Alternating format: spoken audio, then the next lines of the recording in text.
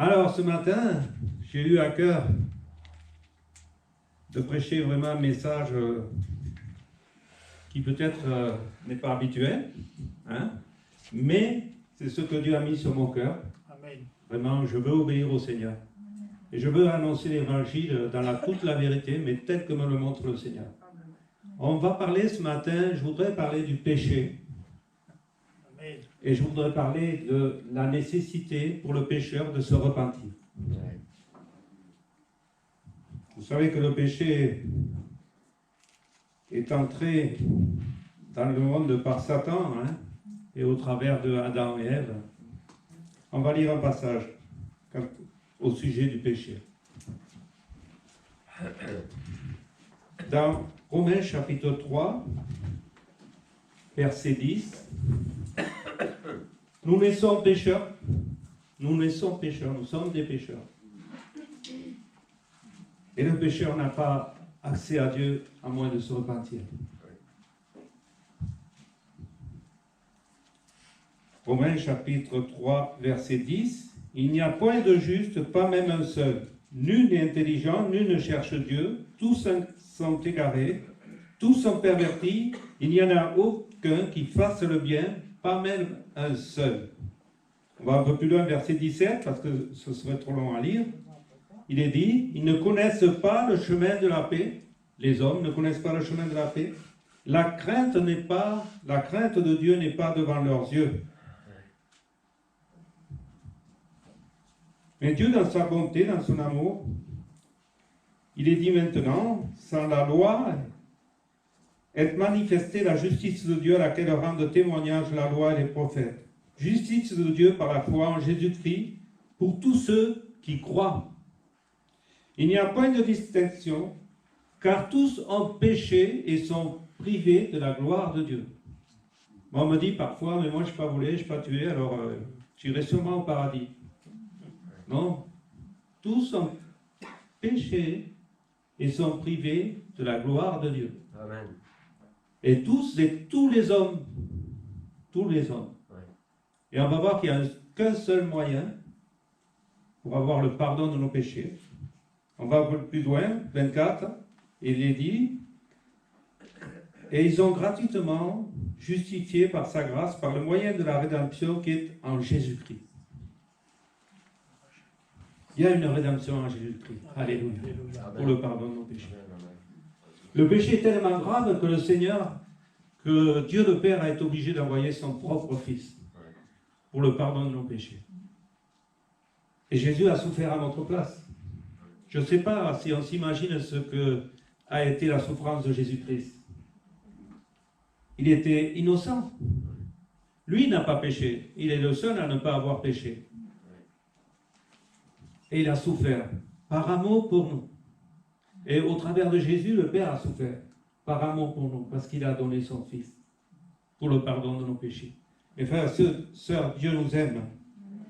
Amen. Je disais donc, le péché, je vais le définir, il tire son origine de Satan, il pénétra dans le monde par Adam, devint et demeure universel à l'exception de Christ, entraîne la peine de mort spirituelle et physique. On meurt physiquement, mais si on meurt dans ses péchés, on meurt spirituellement aussi, ce qui est encore plus grave. Reste incurable en dehors du remède offert par la mort expiatoire de Christ, dont la foi s'empare. Il parlait de la rédemption qui signifie délivrance par le paiement d'un prix. Le Seigneur a payé à notre place. On va lire un autre passage pour voir la nécessité de se repentir. Dans Actes chapitre 2.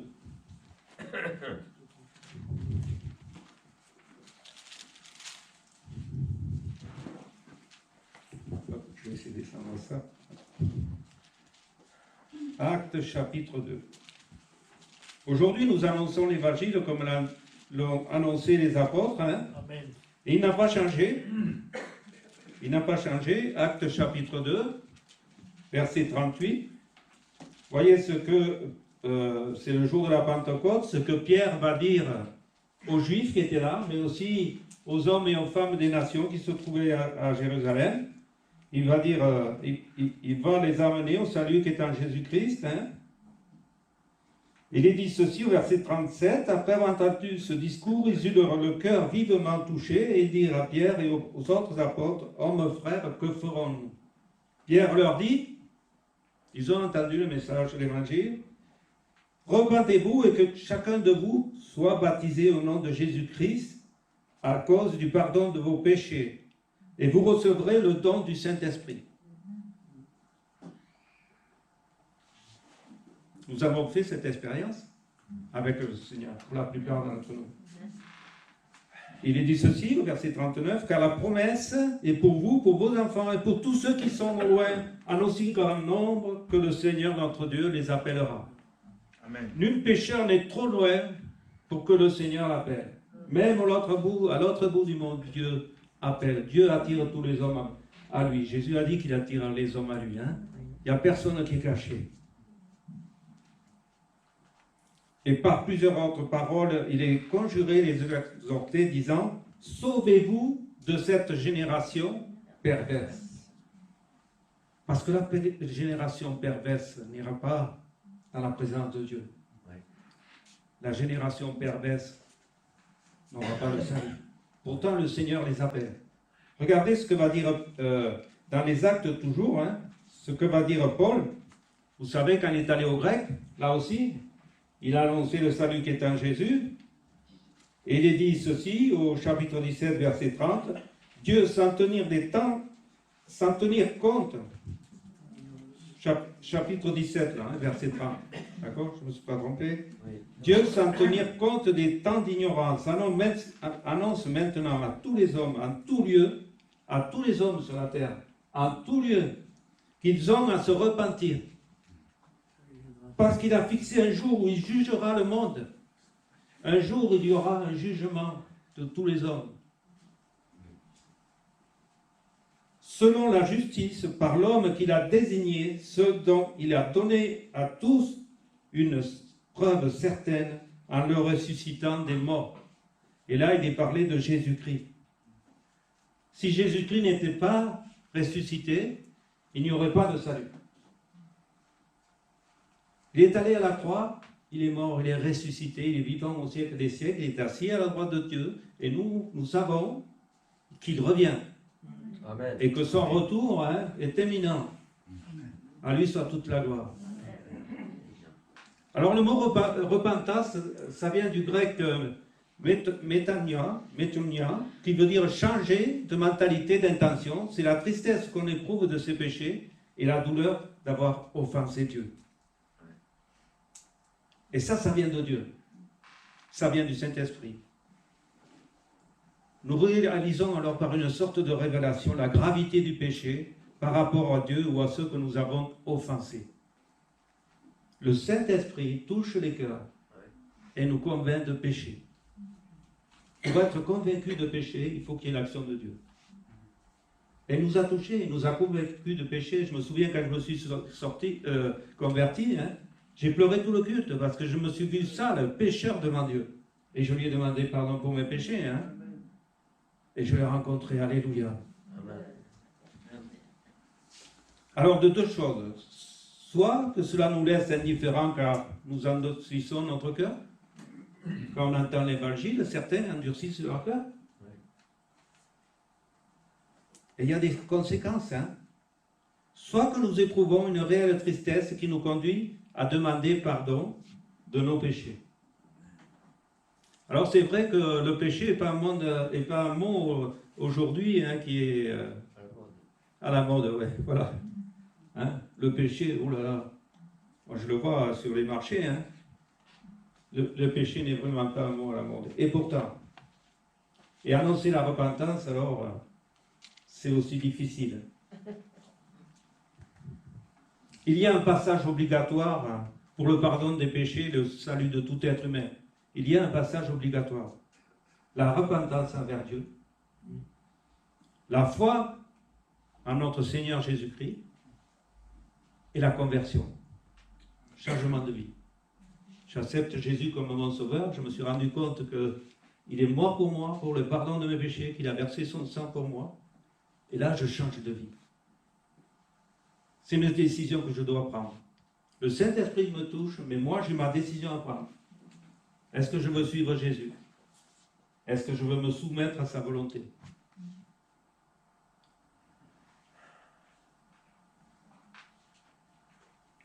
La première des 3 étapes, la repentance, est nécessaire. Parce que de tout cela découle ce que sera notre éternité. Hein? J'ai besoin de passer par la repentance. Jésus dit ceci, que si nous ne nous repentons pas, nous périrons. Et là, il ne parle pas de la mort physique, puisqu'on meurt tous physiquement un jour. Mais il parle de la mort spirituelle, et c'est bien plus grave. C'est bien plus grave. On va y revenir. Jésus est venu pour sauver, non pas des justes, mais des pécheurs. Il y a des gens qui se disent justes et ne pourront pas accéder au salut qui est en Jésus. Parce que Jésus est venu pour des pécheurs. Pour des hommes et des femmes qui se reconnaissent comme cela.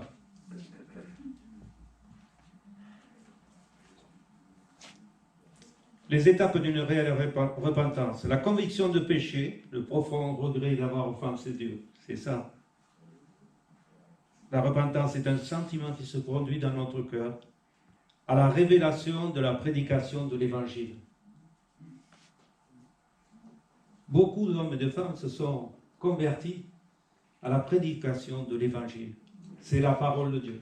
Et Dieu se sert de sa parole par son Saint-Esprit pour toucher ton cœur, comme il a touché le mien. Et encore aujourd'hui, hein, même quand nous sommes convertis, le Saint-Esprit par sa parole touche nos cœurs. Pour que nous puissions avoir une vie qui soit vraiment à sa gloire, il a mis son esprit dans nos vies, nous sommes devenus le temple du Saint-Esprit, et à travers son esprit, nous pouvons obéir à Dieu, nous pouvons marcher dans ses voies, nous pouvons accomplir sa volonté. Mais nous avons toujours notre part à faire, désirer être agréable à Dieu, lui obéir, se soumettre à lui, hein, et honorer son nom. Parce qu'on peut, par nos désobéissances, mépriser Dieu. Il y a beaucoup de gens qui n'ont pas conscience de leur situation de pécheur. On le voit. Hein? Mais on voit aussi qu'ils refusent. Ils refusent Dieu. Seul le Saint-Esprit peut produire cette conviction de péché. Moi, quand je suis dans les stands bibliques, je dis souvent, moi je vous annonce l'Évangile. Et je ne peux pas vous convaincre. Celui qui va vous convaincre, celui qui va toucher votre cœur, c'est Dieu. Amen. Moi j'annonce l'Évangile. Et souvent, je disais encore à une sœur ce matin, j'ai eu l'occasion de le faire à une dame, et la dame pleure. Elle pleurait. Et ce n'est pas la première fois que ça m'arrive. C'est moi qui l'a fait pleurer? Non. C'est la parole de Dieu. C'est l'action du Saint-Esprit dans son cœur. Elle réalise qu'elle est pécheresse, qu'elle a besoin de Dieu. Elle réalise sa misère. Et elle pleure sur elle. Sur elle, hein. On voit vraiment la grâce de Dieu. Mes frères et sœurs, ne vous privez pas de témoigner. Vous n'avez pas besoin d'une hyper connaissance de la parole de Dieu. Amen. Simplement votre témoignage, avec les versets que vous connaissez, ça suffit pour toucher les cœurs. Amen. Amen. Amen. Amen. Parce qu'on croit toujours que c'est peut-être réservé à un pasteur ou à un prédicateur. Non. Même si le prédicateur annonce l'évangile dans une salle de culte. Non, tous. Vous devez annoncer l'évangile et témoigner de ce que Dieu a fait dans votre vie. Et c'est grand ce que Dieu a fait dans votre vie. Ce que Dieu a fait dans ma vie, c'est grand. C'est un miracle. Alléluia, le miracle de Dieu dans notre vie. Le Saint-Esprit, je disais, peut produire cette conviction de péché. Nos péchés attristent Dieu, et attristé lui-même, il répand sa tristesse dans le cœur qu'il veut gagner. Il y a une tristesse selon Dieu qui vient dans nos cœurs et qui nous amène à reconnaître que nous sommes pécheurs, que nous avons besoin de la grâce de Dieu. Alléluia.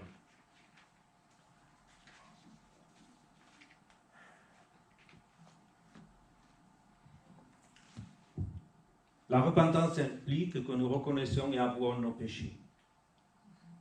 L'apôtre Jean écrit que si nous confessons nos péchés, Dieu est fidèle et juste pour nous les pardonner. Et heureusement. Amen. Amen. On n'est plus sous la loi, on est sous la grâce. Amen. Et parfois nous continuons à pécher. Notre ennemi, le diable, est là, Satan, pour nous amener au péché. Vous savez comment il a amené David au péché? Il a mis dans son esprit de faire le remembrement du peuple pour savoir sur combien d'hommes il régnait. Il a péché. Dieu l'a puni pour cela. Hein? Il a été sévèrement puni. Le peuple a été puni parce qu'il était le roi. Hein? Satan est celui qui essaiera de nous pousser à la tentation, ou nous pousser au péché. Mais nous avons le moyen de résister. En Jésus. Alléluia.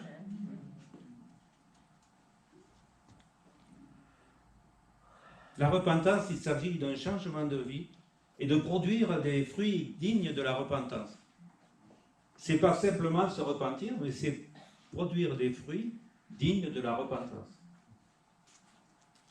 Et quand nous sommes sauvés, quand nous avons fait cette expérience de salut avec le Seigneur, nous sommes vraiment remplis du Saint-Esprit. Et le Saint-Esprit nous pousse vraiment à abandonner toutes les choses qui étaient là dans nos vies autrefois et qui nous faisaient vivre dans le péché, qui nous entraînaient loin de Dieu. Quelle grâce de Dieu, hein? Que serais-je sans l'Esprit de Dieu? D'ailleurs, pour prêcher partout la repentance et la conversion à Dieu avec la pratique d'œuvres dignes de la repentance. Le message n'a pas changé aujourd'hui. Hein? C'est le même que quand Paul prêchait, quand les apôtres prêchaient. Si un homme ou une femme se convertit, ça se voit. Ça se voit. Il y a un changement de vie. Et les fruits qu'ils portent ne sont plus les mêmes.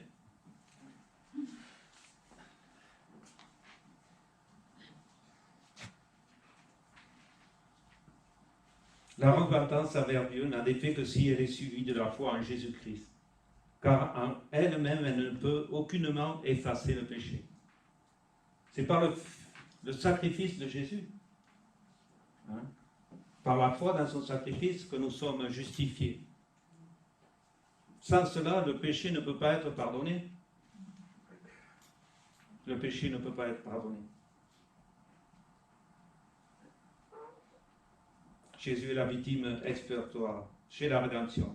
Quand j'accepte Jésus comme mon sauveur, je suis réellement sauvé. Je deviens le temple du Saint-Esprit. J'ai la vie éternelle. Je suis enfant de Dieu. J'ai changé de statut. Je suis devenu enfant de Dieu. Je sais que je n'irai pas en enfer. Mais je dois vivre selon le nouveau statut que j'ai d'enfant de Dieu. J'ai un nouveau statut. Amen. Amen. Et je dois vivre après cela dans la persévérance et une attitude constante de la repentance. Je dois veiller sur mes voies. Je sais que je ne serai pas parfait, hein, que je dois marcher dans la sanctification, mais si je tombe, je dois repasser par la case de la repentance, c'est-à-dire pardonne-moi Seigneur, aide-moi. Amen. Et parfois, hein, on a besoin d'être aidé pour un péché qui est là, qui est dans nos vies, auquel on ne peut pas avoir la victoire. Hein. On a besoin d'être aidé. Tant que nous serons ici-bas, nous aurons des progrès à faire, des victoires à remporter. Un chrétien auquel sa conscience ne parle plus est dans un état terriblement dangereux. C'est vrai. Parce qu'avec le temps, on peut s'éloigner de Dieu. Cela peut arriver. Puis on n'entend plus la voix du Saint-Esprit. Alors il reste ce problème du péché quand même dans la vie de l'homme. Hein. Malgré sa conversion, hein, le péché parfois est là. Et c'est vrai qu'on dit aimer Jésus. On aime Jésus. Alors si on aime Jésus, pourquoi il y a encore le péché dans nos vies? Pourquoi nous chutons encore? En tant que disciples de Jésus, nous proclamons que nous sommes délivrés de la puissance du péché. Nous témoignons que la croix nous a complètement affranchis du lien de l'iniquité. Et c'est vrai. Mais notre nature pécheresse est encore là. C'est quand on veut mettre en pratique ce que nous demande Dieu, quand on veut marcher dans l'obéissance, qu'on voit notre propre nature.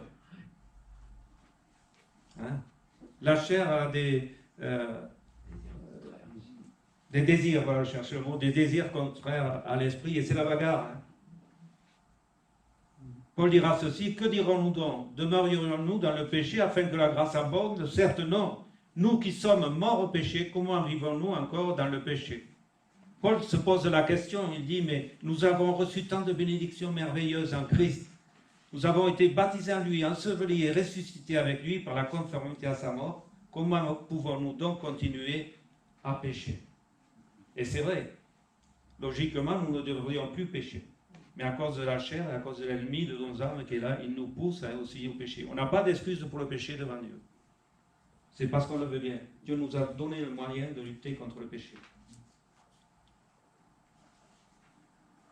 Le péché ne meurt jamais de lui-même s'il n'est pas arraché et détruit. S'il n'est pas arraché et détruit, il s'empare même de notre vie.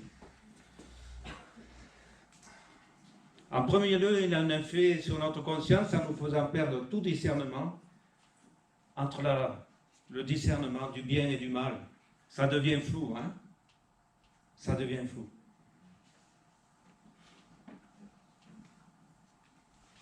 Et enfin, nous risquons de nous endurcir face aux prédications, c'est-à-dire que nous ne répondons plus à la conviction du Saint-Esprit, à la conviction du Saint-Esprit. Et ça, c'est grave. Ne prenons pas le péché à la légère. Parce qu'avec le temps, nous pouvons prendre le péché à la légère dans nos vies. Alors pourquoi aussi, quelque part, nous continuons à pécher, hein? Nous continuons à pécher parce que nous n'avons pas la crainte de l'Éternel. Nous devons avoir la crainte de l'Éternel dans notre cœur.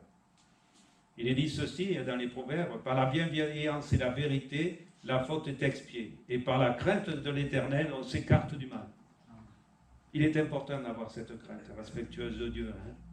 Ne sois pas sage à tes propres yeux, crains l'Éternel, écarte-toi du mal. La crainte de l'Éternel est une source de vie pour s'écarter des pièges de la mort. Amen. Si je n'ai pas la crainte de Dieu, un jour, je parlais avec un frère et j'allais prier avec lui souvent parce que bon, il était attaqué par des péchés, tout cela. Et il me dit, il y a une chose que je n'ai pas, c'est la crainte de l'Éternel. Et ça avait un impact sur sa vie. Et il a reconnu, hein, on a prié ensemble, hein, on a prié ensemble pour que vraiment il puisse avoir cette crainte du Seigneur qui l'amène vraiment à marcher comme Dieu le veut. Il est dit, on l'a lu tout à l'heure, la crainte de Dieu n'est pas devant leurs yeux. La crainte de Dieu devant les païens, hein, n'est pas non plus devant leurs yeux. Ils n'ont pas la crainte de Dieu. Mais ils ont une excuse, entre guillemets, parce qu'ils ne connaissent pas Dieu. Ils ne connaissent pas Dieu, ils n'ont pas eu la révélation de Dieu. Mais nous, la différence, c'est que nous l'avons. Nous avons la connaissance de Dieu. Et nous devons veiller sur nos voies.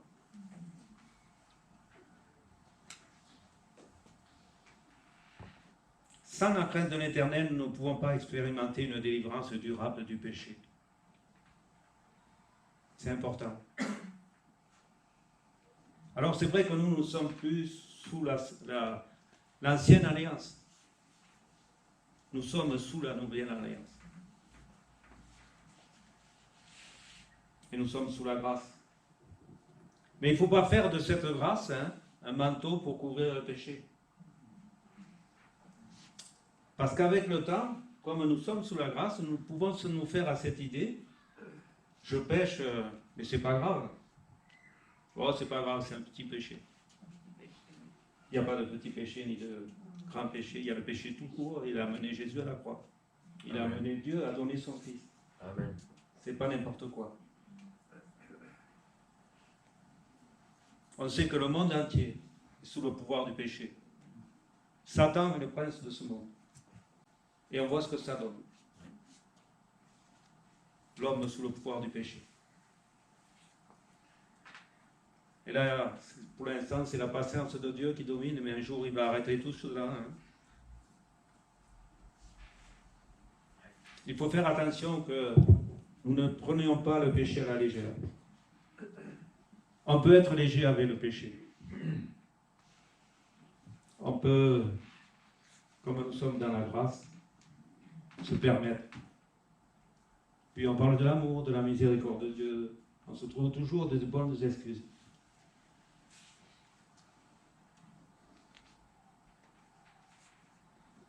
Si nous sommes légers avec le péché, nous en pâtirons. même si nous sommes sous la grâce. Un jour ou l'autre, nous en pâtirons. Le Saint-Esprit agit dans nos vies pour nous montrer ce qu'est vraiment le péché.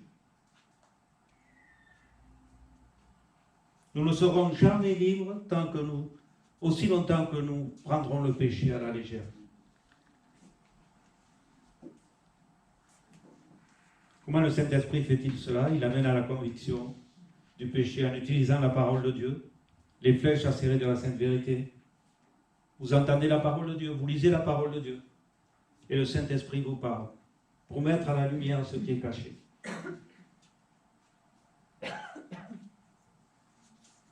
On peut penser que le péché caché n'est pas grave, hein? Et pourtant il est grave parce que Dieu le voit. Peut-être que mes frères et sœurs ne le voient pas, mais si je suis dans le péché, c'est grave devant Dieu. Et je peux avoir dans ma vie un péché entretenu, un péché que j'aime bien, que je protège, que je garde. Plus le temps passe où vous restez dans le péché, plus vous êtes en danger d'adoucir votre cœur. C'est très important. Il est dit ceci dans Hébreux chapitre 3, versets 12 et 13. Prenez garde, frères, que quelqu'un de vous n'ait un cœur mauvais et incrédule, il parle à un chrétien, hein, au point de se détourner du Dieu vivant. Mais exhortez-vous les uns les autres chaque jour, aussi longtemps qu'on peut dire aujourd'hui, afin qu'aucun de vous ne s'endurcisse par la séduction du péché. Paul mettait en garde, hein. Ses contemporains déjà à l'époque, hein.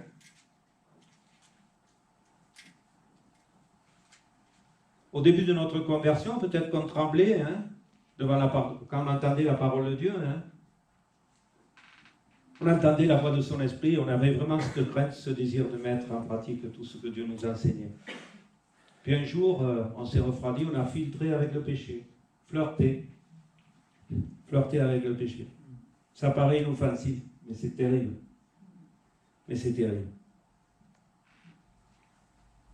Et il arrive que parfois, même les sermons, même la parole de Dieu, ne peut plus toucher le cœur ou la conscience de celui qui est dans le péché.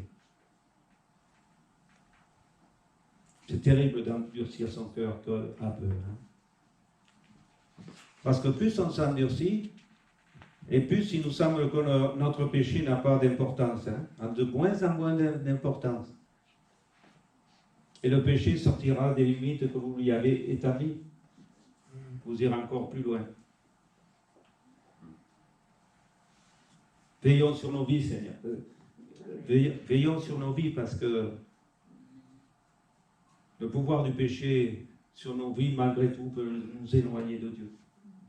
Briser notre communion. On peut être dans l'église, on peut être dans les réunions. Sinon, j'ai un péché dans mon cœur. Je suis en danger. Je peux le cacher à mes frères et sœurs. Mais Dieu, lui, il voit le cœur. Il sonde les cœurs.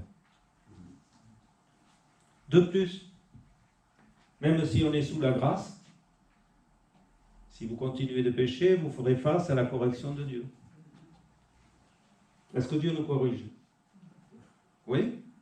Oui, Dieu nous corrige. On est sous la grâce, mais comme dans l'Ancien Testament, hein, il est dit que Dieu nous corrige. Il y a un temps pour la correction, mais d'abord il y a le temps de la patience de Dieu. Et dans ce temps-là, Dieu attend. Il attend notre repentance. Puis elle ne vient pas. Je persévère dans le péché. Et là, Dieu est obligé d'intervenir. Vous savez, David, avec Bathsheba, la femme d'Uri, vous savez comment ça s'est passé, vous savez tous, vous connaissez tous cela, dans le livre de Samuel. Dans un temps de faiblesse, David a regardé une femme, il va commettre l'adultère, il va même tuer son mari, et Dieu va intervenir. Il va cacher son péché, David. Bien sûr, il va cacher son péché. Personne ou très peu était au courant. Hein?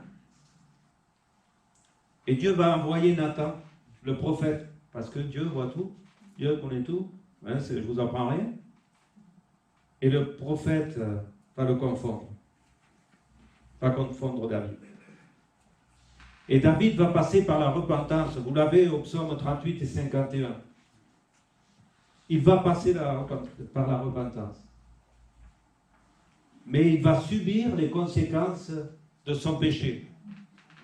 Et ça fait mal.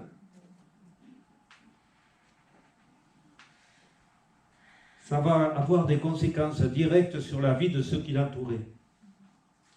Le bébé illégitime qu'il va avoir avec cette femme va mourir. Il va avoir des problèmes avec ses fils dans son propre foyer. Amon, vous connaissez l'histoire d'Amon. Amon va voler la demi-sœur, la sœur d'Absalom, sa demi-sœur, la sœur d'Absalom. Absalom va tuer Amon. Après, Absalom va essayer de prendre le trône à son père. Non seulement, mais avec toutes ces histoires, il y a des milliers d'hommes, de soldats qui moururent à cause de cela. Et depuis, il amena le scandale dans son pays, faisant d'Israël un sujet de raillerie au sein des nations ennemies. Il a eu le pardon de ses péchés. Et vous savez, vous connaissez Saül, le roi Saül, hein, vous savez que lui aussi, il a désobéi à Dieu. Et le péché, c'est la désobéissance à Dieu. La désobéissance à la parole de Dieu. Saül a été rejeté par Dieu.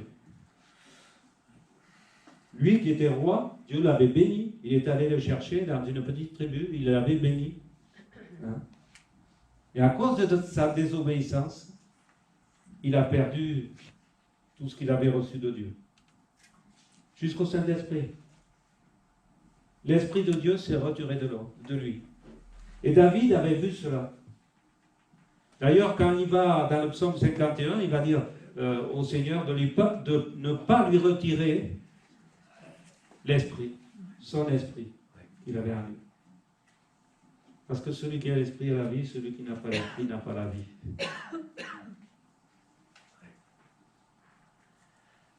Je vois qu'on a encore 5 minutes. Je voudrais venir à autre chose par rapport au péché.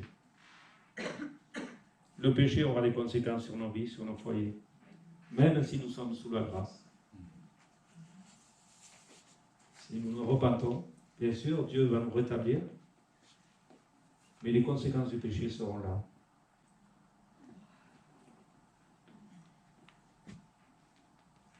La première église a eu la crainte de Dieu. Et vous savez pourquoi? Avec l'histoire d'Ananias et de Saphira. Ananias et Saphira. Ils ont fait quoi, Ananias et Saphira? Ils ont vendu un bien et puis ils ont dit que ils l'ont vendu à tel prix. Or, c'était faux. Ils avaient gardé une partie de l'argent. Ils ont fait quoi devant Pierre, devant les apôtres? Ils ont menti. Un petit péché, un petit mensonge, bon, c'était à moitié vrai. Hein? Ils sont tombés raides morts. Ils sont tombés raides morts. On ne plaisante pas avec le péché. Même en tant que chrétien, on ne plaisante pas avec le péché. Ça a coûté cher à Dieu. Il est dit que tous furent saisis d'une grande crainte. Les chrétiens, mais aussi les non-chrétiens. La crainte de Dieu. On ne plaisante pas avec le péché. Et je voudrais profiter de quelque chose aujourd'hui. Je voudrais qu'on aille ensemble dans 1 Corinthiens.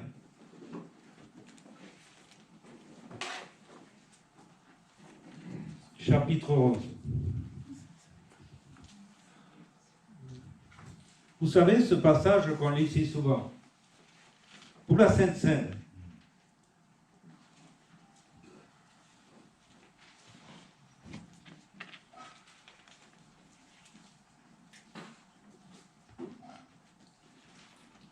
Car j'ai reçu du Seigneur ce que je vous ai enseigné, c'est que le Seigneur Jésus, dans la nuit où il fut livré, prit du pain.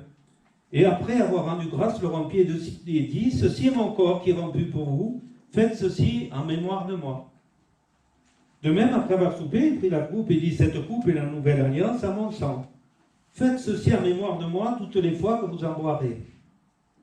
Car toutes les fois que vous mangez ce pain, que vous buvez cette coupe, vous annoncez la mort du Seigneur jusqu'à ce qu'il vienne. C'est très bien.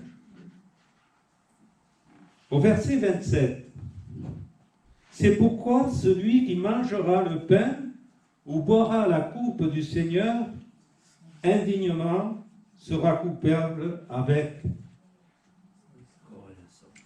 le corps et le sang du Seigneur. Vous voyez, si vous revenez au verset 25, il est dit la nouvelle alliance en mon sang. L'ancienne alliance était continuellement renouvelée par le sang d'animaux offerts en sacrifice. Tandis que la nouvelle alliance a été validée une fois pour toutes par la mort de Christ. Amen. Il s'est offert, il a été cet agneau immolé. Il s'est offert pour le pardon de nos péchés. Il a versé son sang, ce sang qui nous purifie de tout péché. Nous sommes sous la nouvelle alliance. L'évangile est exposé à travers la scène dont les éléments proclament l'incarnation physique de Christ, sa mort en sacrifice, sa résurrection et son royaume. J'ai voulu faire le point de ce qu'était la Sainte Seine. Au verset 27, on a lu « Celui qui boira de la coupe du Seigneur indignement sera coupable ». Pourquoi indignement? C'est-à-dire comme un rituel. On peut finir par le voir comme ça avec les habitudes. Dans l'indifférence, avec un cœur non repentant, peut-être un esprit d'amertume ou une attitude indigne de Dieu dans nos cœurs. Je suis encore dans le péché. Hein? Je viens devant Dieu indignement. Il est dit au verset 27, sera coupable. Sera coupable, c'est important. C'est pourquoi celui qui mangera du pain ou boira de la coupe du Seigneur indignement sera coupable envers le corps et le sang du Seigneur. Sera coupable. Celui qui vient à la table du Seigneur tout en s'attachant à son péché ne porte pas seulement atteinte au caractère sacré de la cérémonie, il déshonore le corps et le sang de Christ en prenant à la légère, je parlais de la légèreté, sa miséricorde et son sacrifice pour lui. Il est nécessaire de déposer devant le Seigneur tout le mal dont on est coupable.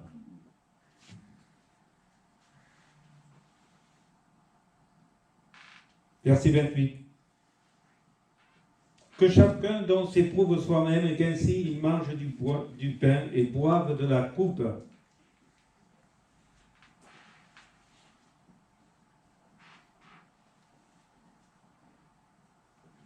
Il est nécessaire, oui, de déposer devant le Seigneur tout le mal dont on est coupable, avant de prendre par la communion, car vouloir garder un péché ou être dans le péché tout en célébrant le sacrifice offert pour le péché n'est rien d'autre que de la moquerie. N'est rien d'autre que de la moquerie.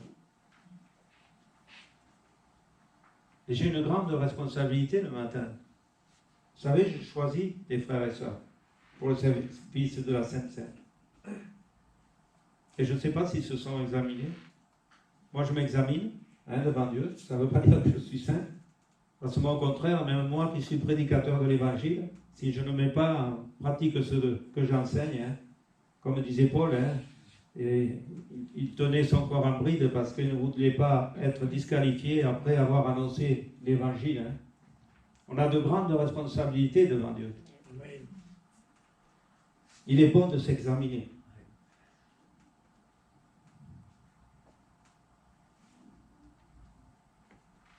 Au verset 29, il est dit « sans discerner le corps de Christ ». Lorsque les croyants ne reconnaissent pas le caractère saint de la célébration de la Sainte Seine, ils traitent avec indifférence le Seigneur lui-même, sa vie, ses souffrances et sa mort. C'est important la Sainte Seine, parce qu'on peut le prendre par habitude. J'ai voulu parler de cela, parce qu'on n'en parle pas souvent. Et pourtant, on a besoin de s'examiner. Et regardez, donc je reprends avec lui, que chacun d'entre s'éprouve soi-même, il rentre en lui-même, il s'examine où j'en suis avec le Seigneur. Verset 29, car celui qui mange et boit sans discerner le corps du Seigneur, mange et boit un jugement contre lui-même. Et regardez ce qui s'est passé dans l'église de Corinthe. Parce que ça, on ne le lit pas. On ne le lit pas souvent dans la Sainte Seine. Hein? Et pourtant, c'est pour cela qu'il y a parmi vous beaucoup d'infirmes et de malades et qu'un grand nombre sont morts. Étonnant, hein? Étonnant. Et c'est là qu'on voit la gravité du péché. Et que la Sainte Seine n'est pas anodine. Le péché dans le cœur de l'homme non plus. Il est dit, verset 31, regardez, si nous nous jugions nous-mêmes, nous ne serions pas jugés. Mais quand nous sommes jugés, nous sommes châtiés. Nous sommes châtiés par le Seigneur afin que nous ne soyons pas condamnés avec le monde. Afin que nous ne soyons pas condamnés avec le monde. Combien c'est important de s'examiner en prenant la Sainte Seine. J'ai voulu le rappeler ce matin. Hein. Parce que la repentance, elle est pour tous ceux qui ne connaissent pas le Seigneur, mais elle est aussi pour le chrétien dans sa vie avec le Seigneur. Amen. Se repentir de ses péchés. Demander pardon à Dieu. Et abandonner ce péché. Si je veux être vraiment en communion avec le Seigneur, si je veux avoir vraiment une réponse à mes prières, j'ai besoin de marcher dans la soumission à Dieu. De lui confesser mes péchés, de les abandonner, pour vraiment avoir une vie qui glorifie le nom du Seigneur. Il est dit, si nous confessons nos péchés, Dieu est fidèle et juste pour nous les pardonner. Amen. Alors ne méprisons pas la grâce de Dieu, hein, la grâce que Dieu nous accorde, en donnant la possibilité, il nous donne la possibilité de nous repentir de nos péchés.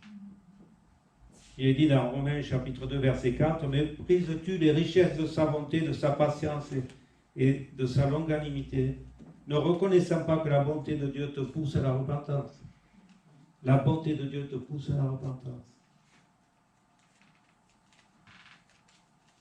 Je vais conclure. L'appel que Dieu adresse au monde, comme à l'Église, est toujours « Repens-toi ». Repentez-vous. Il ne faut pas que ces paroles restent des paroles mortes. Si quelqu'un entend la voix de Dieu ce matin, s'il ne s'est pas repenti des péchés, alors, mon frère, ma soeur, fais-le ce matin. Mets ta vie en règle avec Dieu. Amen. C'est trop grave pour rester dans cette situation-là. Et l'Église en pâtira aussi, parce qu'elle ne pourra pas aller de l'homme. Dieu nous donne du temps, hein, pour que nous puissions le faire. Il nous assure que la repentance se détournera du châtiment pour les inconvertis comme pour le chrétien. Amen. Amen. Sauvez-vous de cette génération perverse. Sauvez-vous.